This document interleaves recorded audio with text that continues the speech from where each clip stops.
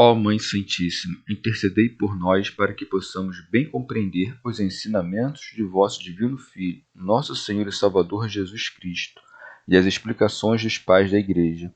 Ó Virgem Imaculada, ofereço-vos este trabalho e peço que abençoais aqueles que o ouvirem, e que seja para a maior honra e glória de Deus. Amém. Senhor onipotente, purificai o meu coração e os meus lábios. Vós, que purificastes os lábios do profeta Isaías com carvão em brasa, e dignai-vos, por tal modo, purificar-me com a vossa misericórdia, para que possa dignamente anunciar o vosso santo Evangelho. Por Jesus Cristo nosso Senhor. Amém.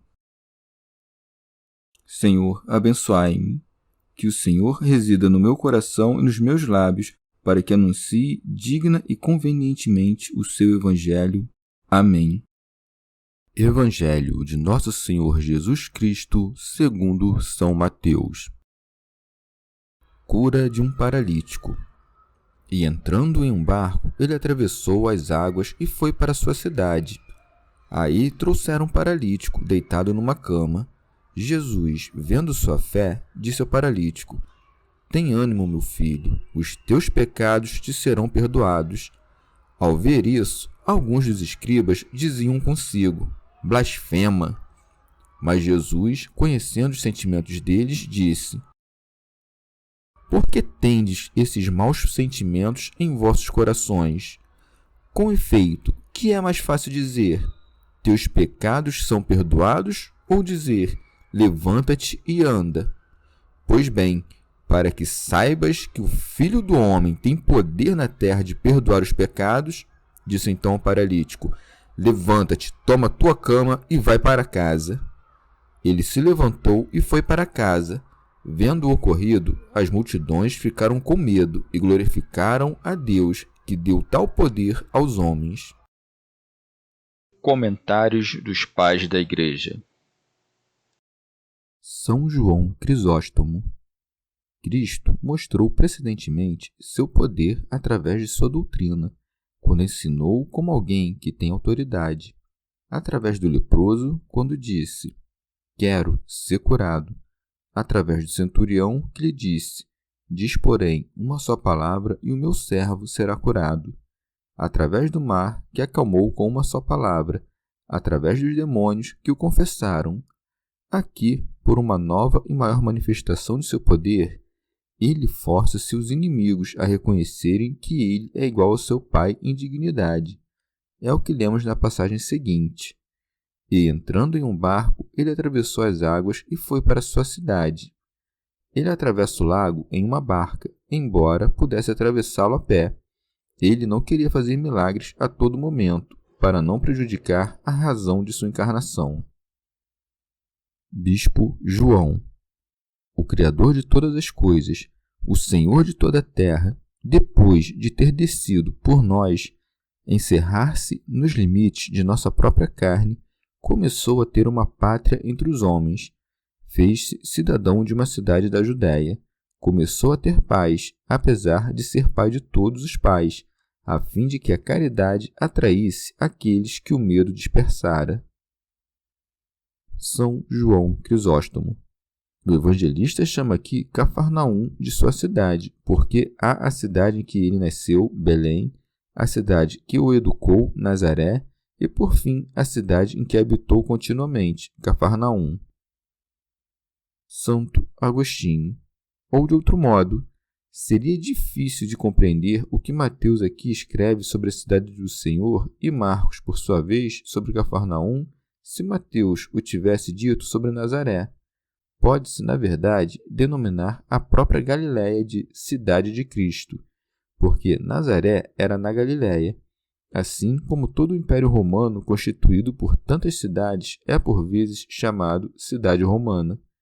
Quem pode duvidar que é certo dizer que, indo ele à Galiléia, foi o Senhor à sua cidade, qualquer que seja a cidade da Galiléia a que tenha ido, ainda mais porque a própria Cafarnaum sobressaía-se na Galiléia a ponto de ser considerada uma metrópole. São Jerônimo. Ou, pelas palavras sua cidade, não devemos entender outra coisa senão Nazaré, de onde terem dado a Jesus o nome de Nazareno. Santo Agostinho.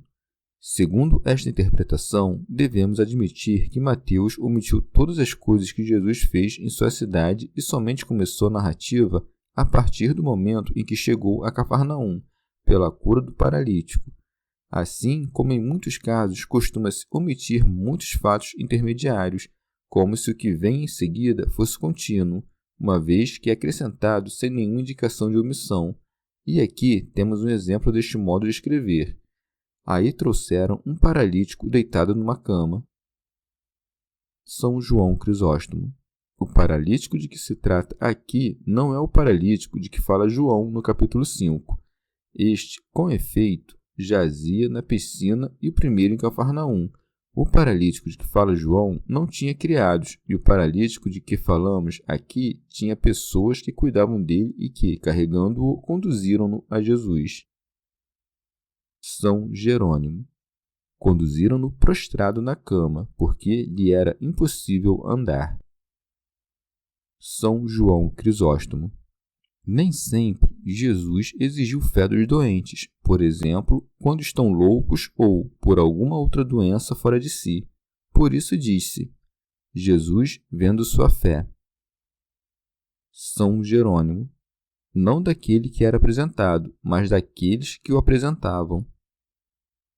São João Crisóstomo. Uma vez que mostram tão grande fé, também ele mostra a sua virtude, perdoando os pecados com um grande poder, de onde segue.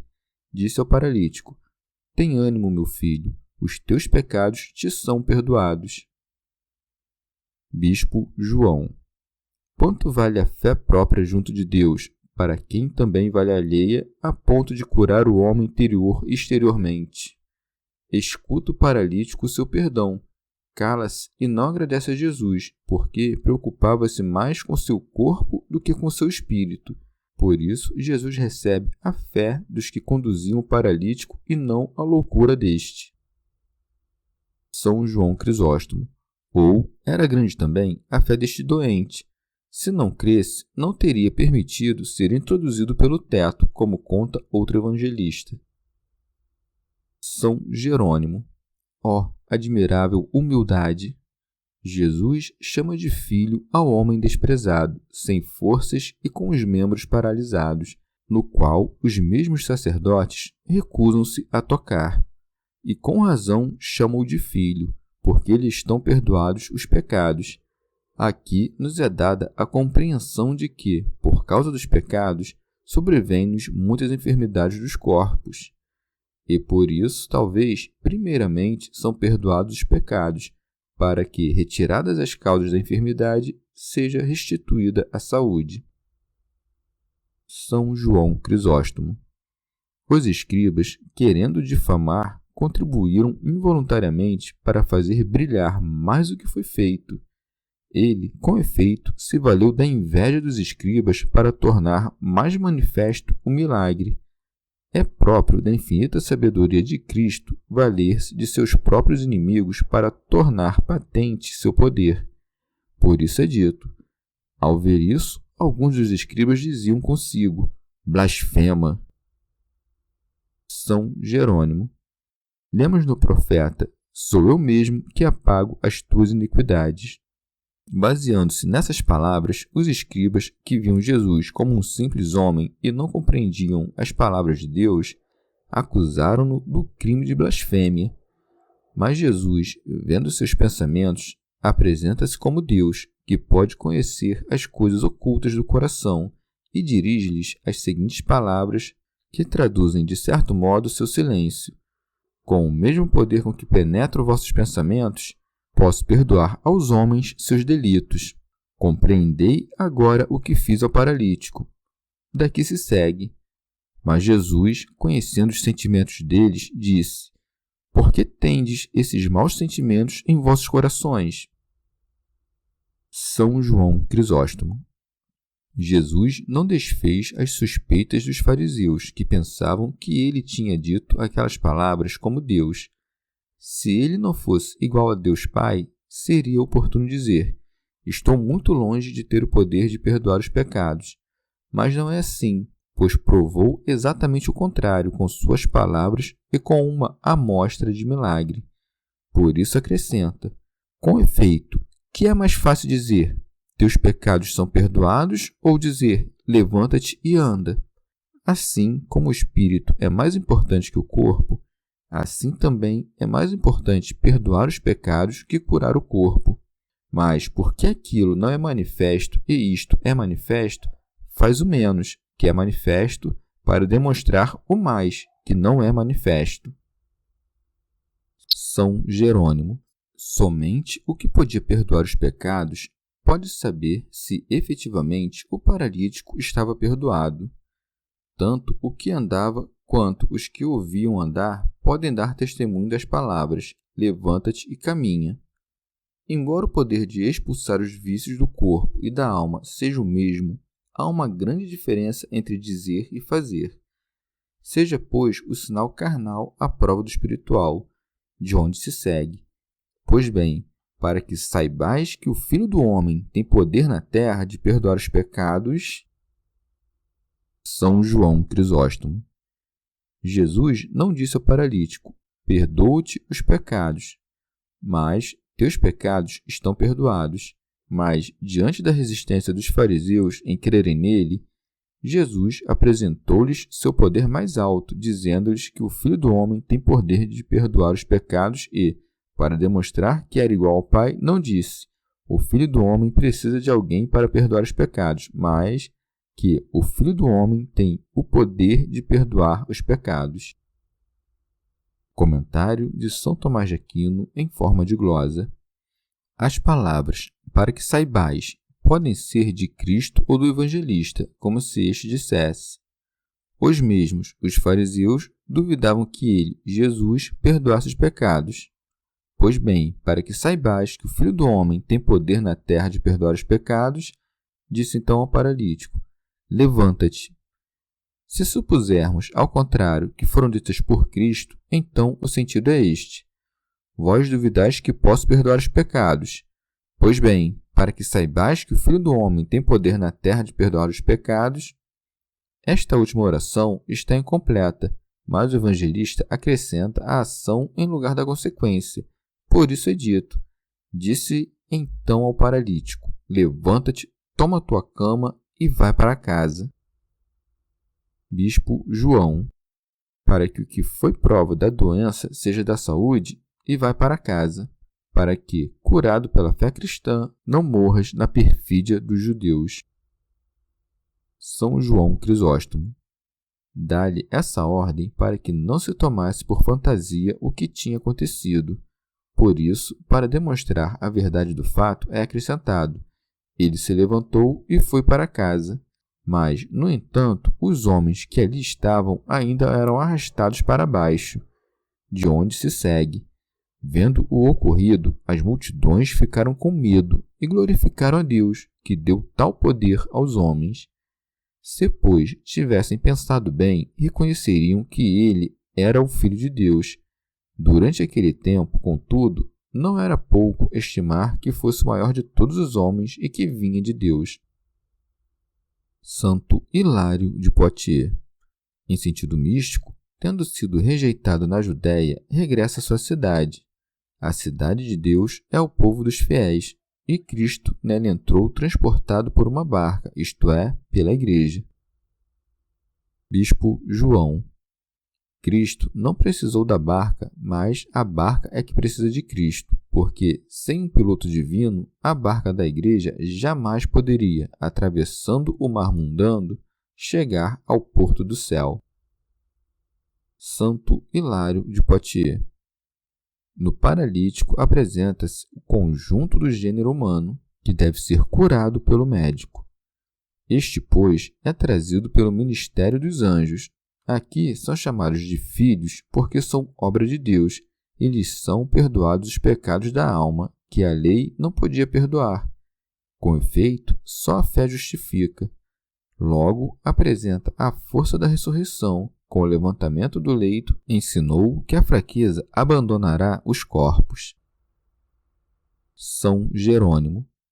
Em sentido metafórico, podemos ver aqui uma alma estendida em seu corpo, tendo perdido as forças, e que é oferecida para ser curada pelo médico perfeito, o Senhor.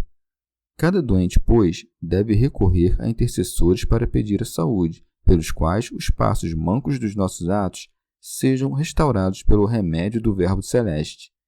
São, portanto, conselheiros da inteligência os que fazem subir a alma do ouvinte em direção às coisas mais altas, por mais que esteja entorpecida pela debilidade do corpo exterior. Bispo João. O Senhor, no entanto, não busca neste mundo as vontades dos insensatos, mas volta os olhos para a fé do outro. Nem o médico dá atenção à vontade do doente, quando o fraco pede coisas prejudiciais. Rábano Mauro. Levantar-se é retirar a alma dos desejos carnais. Tomar o leito é levantar a carne dos desejos terrenos em direção ao deleite do espírito. Ir para casa é voltar ao paraíso ou à guarda interna de si mesmo, para que não se peque novamente. São Gregório Magno. Ou, pelo leito, designe-se o deleite do corpo. É, portanto, ordenado àquele que recobrou a saúde que carregue o leito em que o doente estava deitado, pois todo homem que ainda encontra seu prazer nos vícios está doente e estendido nos deleites da carne, mas, curado, carrega o leito porque logo depois tolera as violências da mesma carne, em cujo interior antes distraía-se com os desejos. Santo Hilário de Poitiers. A multidão, vendo esse milagre, foi tomada de temor.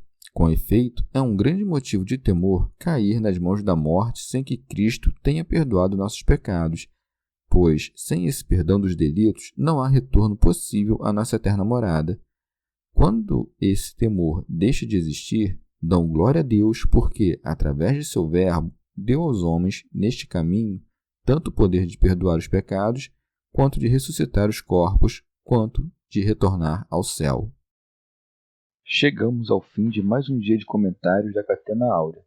Muito obrigado por ficarem até aqui, que Nossa Senhora derrame suas graças sobre nós e até amanhã.